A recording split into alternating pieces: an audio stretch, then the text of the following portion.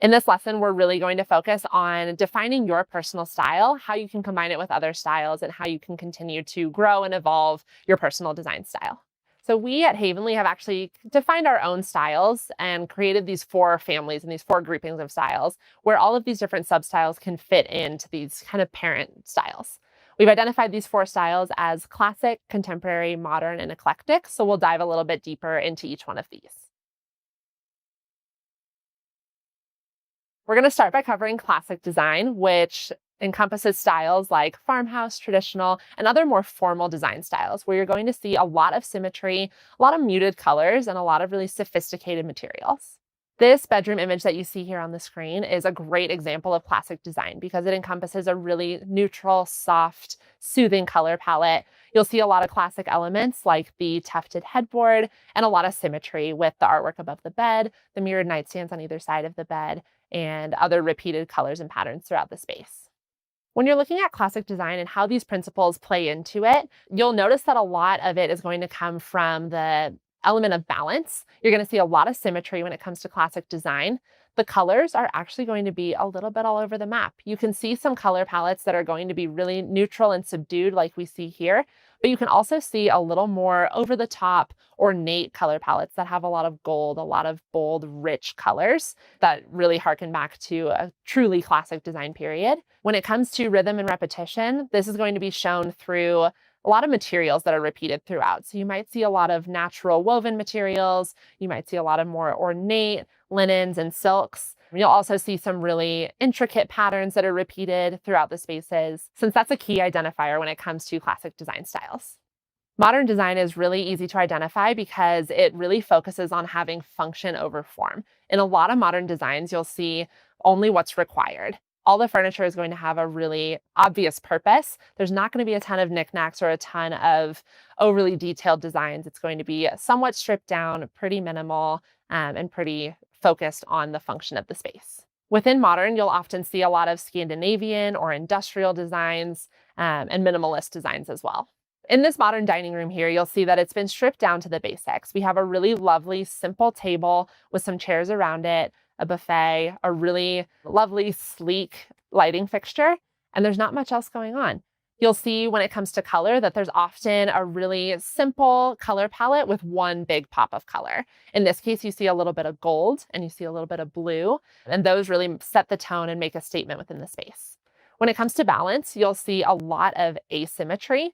This space actually kind of breaks that mold and it's pretty symmetrical because it's a dining room. But I think in a lot of cases, when it comes to modern design, you'll see a little bit of asymmetry. That's kind of where they get that dynamic pop and that element of interest. With modern design, when it comes to rhythm and repetition, it's really important to be very intentional with this because there's not a lot of additional accessories and artwork and color. You have to be really mindful of how you're going to get that sense of rhythm and repetition. So that's often seen by repeating the same key element of furniture, the same color, or the same material throughout the space. Eclectic design is one of the easiest to identify, but often one of the hardest designs to successfully implement. Eclectic design is really easy to identify because it has a really great variety of colors and patterns, and it feels very collected and curated over time. That being said, it's very easy to get into this level of chaos. So this is where we really have to go back to our principles to make sure that we're executing on it correctly. Within eclectic design, you're going to find a lot of global designs, bohemian designs, and anything that feels like it's been well-traveled and curated from a variety of places, variety of travel stories. It's just going to feel very well curated. Within eclectic design, you're going to find a wide variety of colors and palettes, and the sky is really the limit. When it comes to balance, you're actually going to see a pretty good variety, again, with symmetry and asymmetry, but it'll lean a little more asymmetrical, again, to give you that feeling of collection and curation over time. Rhythm and repetition is actually going to be, I think, the key and the defining principle of this style. Because eclectic design is so curated and you're going to have such a variety of colors and patterns, it's really important to be methodical and make sure that you don't go overboard. So whenever you're looking at eclectic design, you really want to take stock of what you have, what you're bringing in, and making sure that there's nothing that's really competing with each other and that everyone has a friend or a partner within that design. This example is a great representation of eclectic design because it has such a variety of colors, patterns, materials. You can really feel like you know the person who lives in this space, and you can get a sense of what they do for hobbies, what they do for travel, who lives here. Contemporary captures a lot of that in between. It's going to capture some of the transitional design and styles that are kind of within or just outside of our other design families. So something that's not quite mid-century, not quite bohemian, something that's kind of right there in the middle is usually going to fall within this contemporary umbrella. In this example, you really see contemporary design come to life with the really simple sofas, the really simple sleek coffee table. But where it starts to have a little more fun and embody a little bit more of the client's personality is through the decor and accessories. You can see the bookcase here has a lot of styling. It starts to really tell a story. They're not afraid of incorporating a little bold pattern with the pillows. And there's some great artwork above the fireplace as well that starts to showcase some more of that design personality.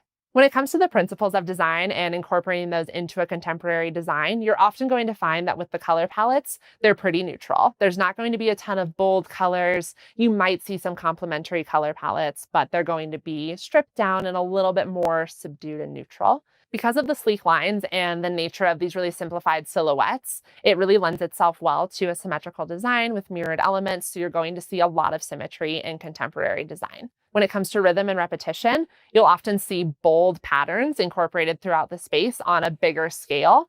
Contemporary designs often are not afraid of incorporating that bold punch of a really unexpected pattern or unexpected color to create that sense of rhythm. No matter what style you identify with or what combination of styles you identify with, scale and proportion are going to be kind of outside of that scope. They're going to really rely on the size of the room, and the rules of scale and proportion are going to transcend style. Those rules really are kind of set in stone, and they're going to be the same regardless of how you identify with your design style.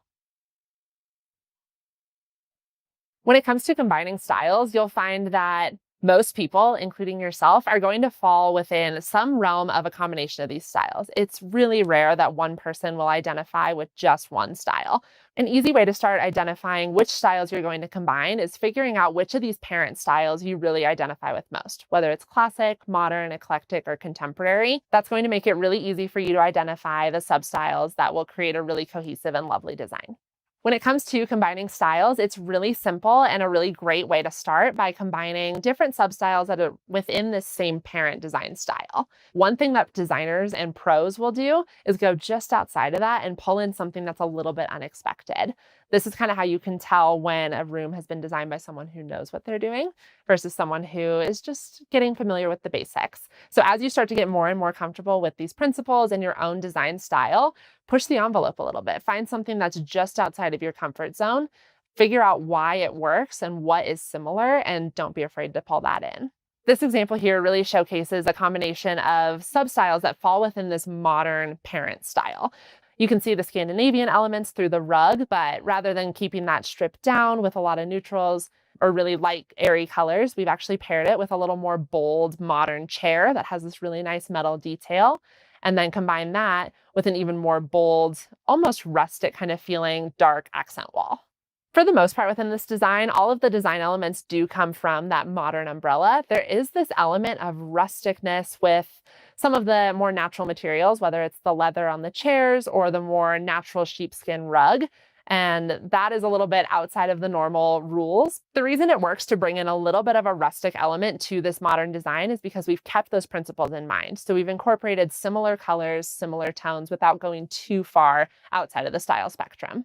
In this classic design example, we've actually combined a few unexpected design styles. So you'll see a lot of elements of traditional and transitional design, but we've also thrown in a little bit of a curveball. There's this kind of preppy element that's in here. The reason this works so well is because the rest of the room is pretty simple, pretty neutral, and it allows us to really play and experiment with some of the color that you might not normally see in classic design, but you do see in a little bit of those preppy, more updated modern designs.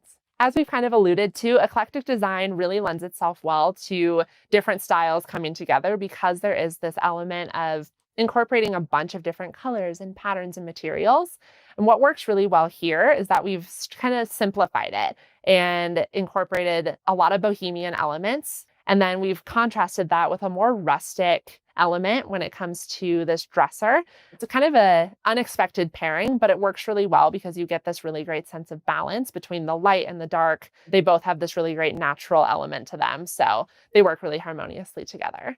You also get this really great sense of eclecticism through the patterned pillows and the really great capiz shell chandelier. Again, another unexpected element that is really easy to identify when it comes to eclectic design.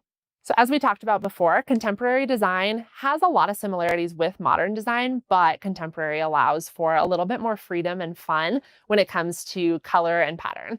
This room is no stranger to color and pattern. You'll also see a lot of really great glam and preppy elements with a lot of gold tones, a lot of really rich colors and patterns, which for anyone who loves glam design, you're always going to see a ton of gold and bold colors, really great patterns within any glam space. The easiest way to start identifying your style is just to go out there and start identifying your style. So what you should do as a first step is start figuring out what inspires you. You can do this by looking at Pinterest, Instagram, even while you're out at restaurants, just figuring out what pieces make you feel at home and make you feel really peaceful. And then start jotting those down. Figure out what you like, what you dislike. As a next step, once you've honed in and kind of gathered a group of inspiration images, take a really hard look at each of those individual pictures to figure out what it is about each space that you really love. Is it the architecture? Is it a color? Is it a pattern? Is it a specific piece of furniture? Just figuring out exactly what it is that resonates with you. Start making a list of that and figuring out what's attainable, what we might need to fake a little bit. I know for me personally, when I'm browsing through Instagram or Pinterest, I'm really inspired by spaces that have these grand, lofty windows. I don't have that in my own space. So I have to figure out how I can embody that and what other elements of those inspiration images I really resonate with. As you're starting to search and build up your inspiration image library, it's really important to not be too focused when you start your search. So even if you think that you identify as bohemian or mid-century, don't just look at bohemian or mid-century rooms. Just look at living rooms as a whole. You might surprise yourself and you might find some new style facets that you're really drawn to, and this could really open your eyes to embracing a new design style. I've noticed personally when I'm working with clients that a lot of them either think they know their style and then they surprise themselves they're not the style they thought they were, or they come to me and they just don't know what their style is. So it's a really fun journey to help them figure out what their style is, give them these keywords to empower themselves as they're searching on their own or as we're working on their room together to really establish their own unique style. I think another challenge when it comes to identifying your style is not just embracing a trend because it's trendy, embracing a trend because you love it, or being okay with stepping away from a trend and finding a style that really resonates with you. Trends come and go, and they always circle back around. So if it's something that you love, own it. If it's something that you don't love, it's going to go away and we'll find a style and a trend that works best for you. We're going to look at a preppy coastal with a touch of bohemian styled bookcase in this case, and I'm excited to show you how I would style this. So I'm going to start just by placing some of my larger items, artwork first, a few larger vases. And as we go through the bookcase styling, you're going to find that I will nudge things around. I'll start moving things. This is exactly what you should do too. Wherever you set something initially doesn't have to be its final resting place. You can start moving things around as the bookcase starts to come together. But I'm going to start layering in some of my taller pieces, keeping in mind that I don't want all of my tall pieces to be on the same shelf or within the same grouping. We're next going to start layering in some books and some smaller accessories. So you want to give yourself a little bit of wiggle room and not group all of your big pieces together.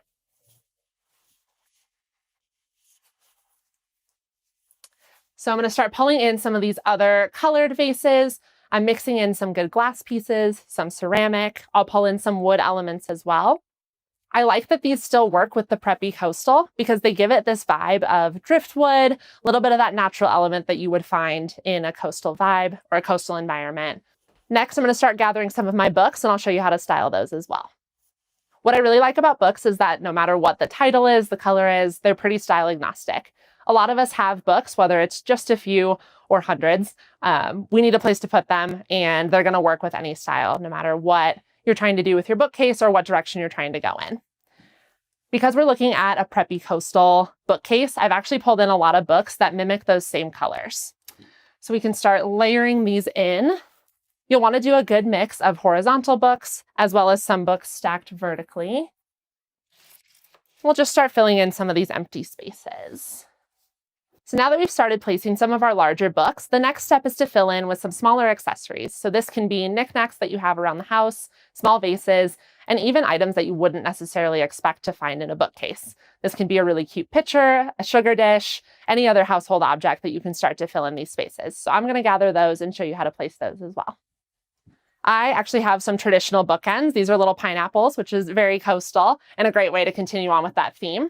So now we can start layering in some of these other pieces that we have here to fill out the rest of our vignettes. I'm going to focus on this one here because it's still feeling a little bit empty. We have one tall vase and our little stack of books. I want to round this out. In keeping in line with our grouping of 3, this is a really great spot to include one more small vase to create this little element here that has this really nice grounding effect, allows our eye again to go from high to low and back again. This does still feel a little bit empty, and we have some room to fill in to get that vertical height that we've been looking for. I am going to pull in some greenery as a great little finishing touch for this little vignette here. That to me is looking pretty good, so we can move on, come back to this vignette here to really round this out. We don't have a ton of depth, so what I want to do is add something in front here that's really going to make this feel a little more complete, fill in some of that negative space. Something like, let's use this little bird. It's playful, it's fun, and it's something that'll work with a lot of different styles. So this is starting to feel a little more complete to me. We got to focus on some of these vignettes behind me. In this vignette here, we have a lot of height, whether it's from the glass vase or these tall cutting boards, and we need something to draw our eye back down and bring us back full circle. So I'm going to add something a little bit lower right here. Something like this little bowl is a great playful way to pull in the glass color, this really great sea green, and then tie it into this vignette to create this really nice rounded out effect. What I'm really not lacking so far is tying in this plant. He needs a friend. We need a little bit more greenery to, again, balance out the space and give us something to land on over here that's a little bit similar to what we already have on the opposite side of the bookcase. I'm going to use this great aloe plant. This is feeling a little empty with books, so if you're someone who does have a lot of books, use your bookcase to your advantage. You can start pulling in as many or as few books as you'd like. What I like to do when I'm styling my own bookcases is group my books by color. When you're styling your own bookcases, you don't always have to do these small groups of books. You can actually do something a little bit more dramatic and put a large grouping of books all together in one place. It's looking better, but not quite what I want. So I'm going to move some things around again. Let's do a good mix of some books that are vertical, some books that are horizontal. This gives us a nice natural spot for us to put our plant. Gives us some vertical height, really balances it out, ties into the other plant that we have over here, and gives us a more complete vignette. You'll start to notice as you're filling in your bookcase that as you get towards the end, this is where you're going to start to rearrange things. They're not going to be exactly where you want them to, and that's perfectly okay. So right now I'm struggling because I have this empty space and I need to fill it with something that's not too colorful because we have a lot of color going on here, and also something that's not too tall and fits really well proportion-wise with the other pieces around it. So I'm going to pull in this really sculptural white piece here. Obviously, it's not very colorful, but adds a really great element of interest. So I'm going to start with that and layer in a couple other smaller pieces. Another thing that this vignette to me is kind of lacking is this element of gold. We don't have a ton of that seen throughout the bookcase, so this is something that we can easily pull in to create a more cohesive look. So I'm going to pull in this little mister. Then we can take a step back, look at your bookcase, and again, start to identify where those gaps are. I'm seeing that there's a little bit of a white space here, so I want to fill that in. Looking back at this bookcase again, it's almost exactly where I want it to be. As we look at this preppy coastal bookcase in its final stages, we can really start to notice the color palette. It's very different from where we started with the client's original bookcase, but we've kept it to a pretty cohesive color palette of cool colors. The main colors I focused on here are these blues, purples, little bits of green, and a few pops of a warmer pink or salmon. To give myself this sense of balance, I've made sure not to group too many colors together, and I've really spread out my blues, my purples, my greens, all of that to create this really nice sense of balance. So within each vignette, like this one here, I have the blue vase, a little bit of blue here with the vase and the bowls, a blue in the ocean artwork, a little bit of this kind of cool green, not quite blue, but still gives us that color there in this little vignette, some blue in the books, And even though in this top vignette, there's not a true blue, we get a lot of those cool grays that give you that same feeling and still creates that sense of blue harmony throughout the rest of the bookcase. With this color palette, we've also kept a really soft, subdued, more muted color palette in mind. So none of these colors are super saturated. They all have a little bit of this smoky gray haze to them. For instance, this purple vase is not a bright purple. It's more of a really soft lilac. You'll see that mimicked here with a more subdued blue, this really soft seafoam green, and then again with some of these more muted colors over in this neutral vignette. So within each of these vignettes, I've kept in mind that I want to have a little bit of asymmetry, nothing that's too much taller or too much smaller, but something that creates this sense of balance. We have a couple pieces that are a little bit taller that draw your eye down naturally. As opposed to some of the other vignettes in this bookcase, our tallest piece is actually our group of books. So that's where your eye naturally starts, and we layer it in with a couple smaller pieces. So your eye naturally draws to this medium height vase, back down to this small little bud vase, down to the pineapple, and then back up again, which creates this really nice sense of proportion and scale within that vignette. To round out this preppy coastal bookcase, we're going to focus on rhythm and repetition and the idea of having these repeated elements throughout our styled look. As we've talked about, color is a really great way to pull this in. We've already highlighted the blue, but one other thing to look at is that I've also pulled in this kind of curveball color of this pink salmon color. So I have it up here in this top shelf, and then I've also pulled a little bit of it in on the opposite side. This immediately is going to give you this sense of repetition because it's in the opposite sides of the bookcase, allows your eye to go from side to side and back. So creates this really nice sense of drawing the eye throughout the bookcase. Once you've gone through and placed your final elements in your bookcase, remember that it's not necessarily done. You can always go back and change things up if you're looking for a creative outlet. Maybe you find a new book, or you want to shake up and add a new piece of artwork or a new picture frame. Your bookcase is never done. The elements that we're applying into the bookcase here can also transcend into other parts of your home. So once you've really nailed your bookcase and you feel like you're in a really good spot, you understand these principles and you understand your design style, this is where you can start to pull your knowledge into the rest of your room. You can experiment with styling other elements like your sofa, your bed, pulling in pops of color, experimenting with gallery walls, and using this foundational knowledge to really create a cohesive and full design for yourself. So let's keep it real. Everyone does not have a celebrity budget, and that is fine. So what you've really got to do in order to pull off a celebrity look without breaking the bank is study the heck out of that room. I think what you want to do is really examine the key pieces and the key components in the space that make it look very luxurious. And when I say that, it's really about finding the look for less and finding exact pieces that have similar attributes. So here are a few of my favorite go-to places when I'm always trying to cut corners. First and foremost is Craigslist. Yes, I said Craigslist. I didn't say Facebook Marketplace. I said Craigslist. Here's the thing. You got to be able to do a smart search. And when I say a smart search, anytime I'm looking for an item online, let's say I'm looking for a mid-century sectional. Okay, don't look up the word mid-century sectional because you are going to get taken to the bank. I want to see the word couch. Even the word sofa, I don't know. The sofa throws me off too because you still using a fancy word. Another resource that I love to go to is going to be IKEA. I feel like IKEA has a lot of great hacks, and there's so many different brands now that work interchangeably with IKEA. For instance, you can purchase an inexpensive dresser, and then they have drawer fronts that can be applied with peel and stick. I'm also a big fan of spray paint. You can do wonders with a can of spray paint, a matte black or, a shiny gold, and it's going to look like it has a high-end finish.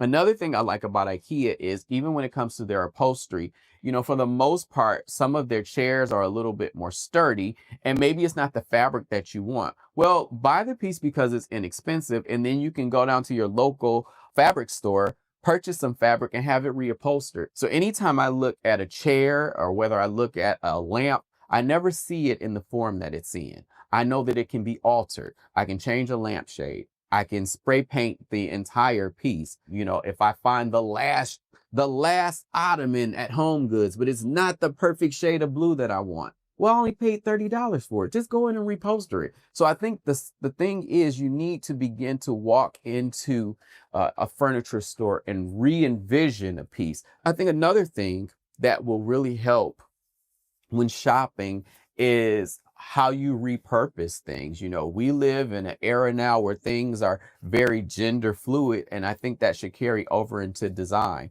Just because you call something a soap dish, for me, this might be a cute tray that I want to put on my coffee table. And so step outside of what something is labeled as and create your own version of it and make it work for you.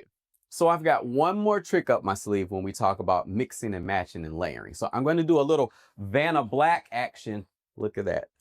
You love TV. You can just like, ta-da. So what I'm holding right here are a couple of pieces of pottery. This piece right here is, you know, your typical clay pottery piece that has been painted, where you have kind of like this weathered antique piece that is actually made in India, and I didn't pay that much for it, which was great. But what I love about both of these pieces is that they really add character. Like when I look at the beautiful notches on this piece, like it really looks like a vintage vessel, and I paid for like $5 for this piece.